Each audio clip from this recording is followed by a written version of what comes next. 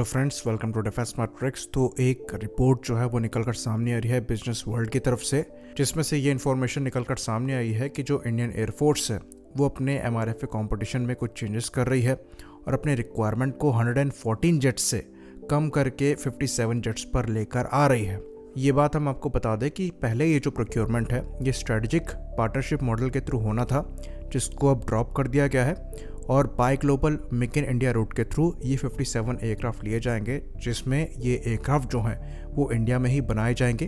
Technology transfer के through. तो ये जो प्रोक्योरमेंट मॉडल है ये buy global make in India होने वाला है। इसके इंडिकेशन एयर चीफ मार्शल ने पहले ही दे दिए थे और अब इस चीज़ को इम्प्लीमेंट कर दिया गया है। अब इसमें जो इंटरेस्टिंग चीज़ होगी वो ये देखना होगा कि जो कंपनी यहाँ पर पार्टिसिपेट कर रही हैं उनके इस पर क्या रिएक्शन होते हैं,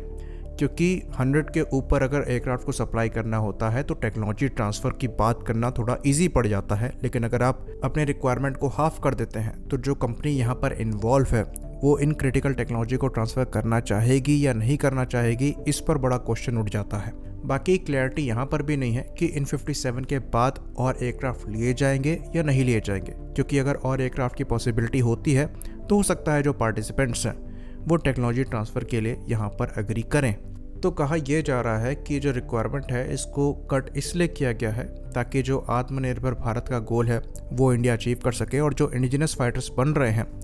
उनको यूज़ किया जाए इन नंबर्स को फिल करने के लिए। तो यहाँ पर हम एक्सपेक्ट कर सकते हैं कि तेजस मार्क 2 के और बड़े नंबर यहाँ पर लिए जाएँ, जो कि एक अच्छी चीज़ है। पर जो MRFA कंपटीशन है ये उसे और कॉम्प्लिकेटेड बना देती है, क्योंकि अभी आपको जो कंपनीज यहाँ पर इन्वॉल्व्ड हैं उनका रिएक्शन नहीं पता। क्योंकि यहाँ पर कंपटीशन में एक मेजर चेंज किया गया है तो हो सकता है जो ऑफरिंग्स हैं कंपनियों की उनमें भी चेंजेस हों, और टेक्नोलॉजी ट्रांसफ़र को इंश्योर करने के लिए जो कि मेजर पार्ट होने वाला है इस डील का, और भी ज़्यादा नेगोशिएशन जो है वो यहाँ पर करनी पड़े। तो रिक्वायरमेंट हाफ होने की वजह से जो फाइनेंशियल बर्डन है एयरफोर्स पे वो कम आएगा,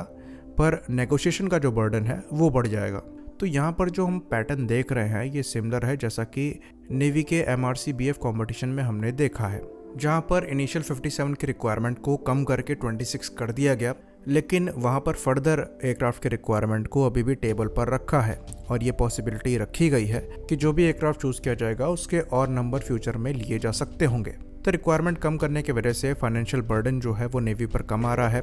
और कहा यह जा रहा है कि जो डील है वो काफ़ी जल्दी ही साइन करी जा सकती है और पॉसिबिलिटी जो है वो इस साल के अंत से पहले की लगाई जा रही है। तो अगर ये सिमिलर पैटर्न हम एयरफोर्स में भी देखते हैं तो हो सकता है कि जो MRFA कॉम्पिटिशन है उसको बहुत जल्दी कंक्लूड किया जाए। बट अगेन यहाँ पर एक मेजर डिफरेंस है, नेवी को मेक इन इंडिया और टेक्नोलॉजी ट्रांसफ़र नहीं चाहिए, वहीं पर एयरफोर्स को मेक इन इंडिया भी चाहिए और टेक्नोलॉजी ट्रांसफ़र भी चाहिए, जिसके लिए नेगोशिएशन करना पड़ेगा, जो कि एक टाइम टेकिंग प्रोसेस है। तो अभी इस पर कोई कमेंट करना बहुत जल्दबाजी होगी, क्योंकि अभी हमें यहाँ पर एयरफोर्स की साइड पता लगी है, पार्टिसिपेंट्स की साइड जो है वो अभी पता नहीं लगी है। जितनी कंपनियाँ यहाँ पर इन्वॉल्व थी वो मेक इन इंडिया के लिए रेडी थी, लेकिन वो तब जब रिक्वायरमेंट 114 एयरक्राफ्ट की थी, जो कि अब चेंज हो चुकी है। तो जैसा कि हम जानते हैं यहाँ पर पार्टिसिपेंट्स जो हैं वो लॉकहीड मार्टिन है, जिन्होंने अपना F-21 फाइटर प्रेजेंट किया है, बोइंग ने अपना F-15EX प्रेजेंट किया है, डसो के साइड से रफाल है, साब का ग्रिपिन है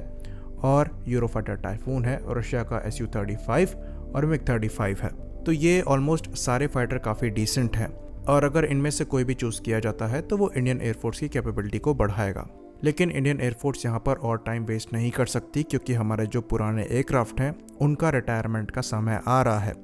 और जो हम इंडिजिनस फाइटर बना रहे हैं उनकी टाइमलाइन जो है वो काफ़ी स्ट्रिक्ट है पर फिक्स्ड नहीं है। तो हमें स्टॉप गैप जो है वो काफ़ी जल्दी चाहिए और बहुत ज़रूरी है इंडियन एयरफोर्स के लिए कि जो MRFA कंपटीशन है वो बहुत जल्द कंक्लूड हो, और बहुत ज़रूरी है कि जो भी एयरक्राफ्ट यहाँ पर चूज़ किया जाए उसको इंडिया में ही बनाया जाए, तभी ट्रू सेंस में आत्मनिर्भर का जो गोल है वो एयरफोर्स अचीव कर पाएगी। क्योंकि एयरफोर्स का टारगेट है फ्यूचर में मैक्सिमम इंडिजिनस फाइटर्स को यूज़ करना, और अगर कोई भी फॉरेन फाइटर यूज़ किए जा रहे हैं तो उसके लिए किसी पर डिपेंड ना होना। तो पास्ट की अगर मिस्टेक्स को नहीं दोहराना है तो ये ज़रूर इंश्योर करना पड़ेगा कि TOT के थ्रू जो प्रोडक्शन एयरक्राफ्ट का वो इंडिया में ही हो, और रिक्वायरमेंट में कमी होने की वजह से अब हम एक टफ नेगोशिएशन एक्सपेक्ट कर सकते हैं। तो ये चीज़ हमें पता है कि चीज़ें यहाँ पर क्लियर नहीं है, क्योंकि चीज़ें क्लियर करने के लिए अभी बहुत जल्दबाजी है। तो अवेलेबल इन्फॉर्मेशन पर हमने यहाँ पर जितनी पॉसिबिलिटीज़ बनती हैं उनको डिस्कस किया, होपफुली वो क्लियर हों। इसी बात पर हम इस वीडियो को ख़त्म करेंगे। लाइक करिए, सब्सक्राइब करिए। जय हिंद।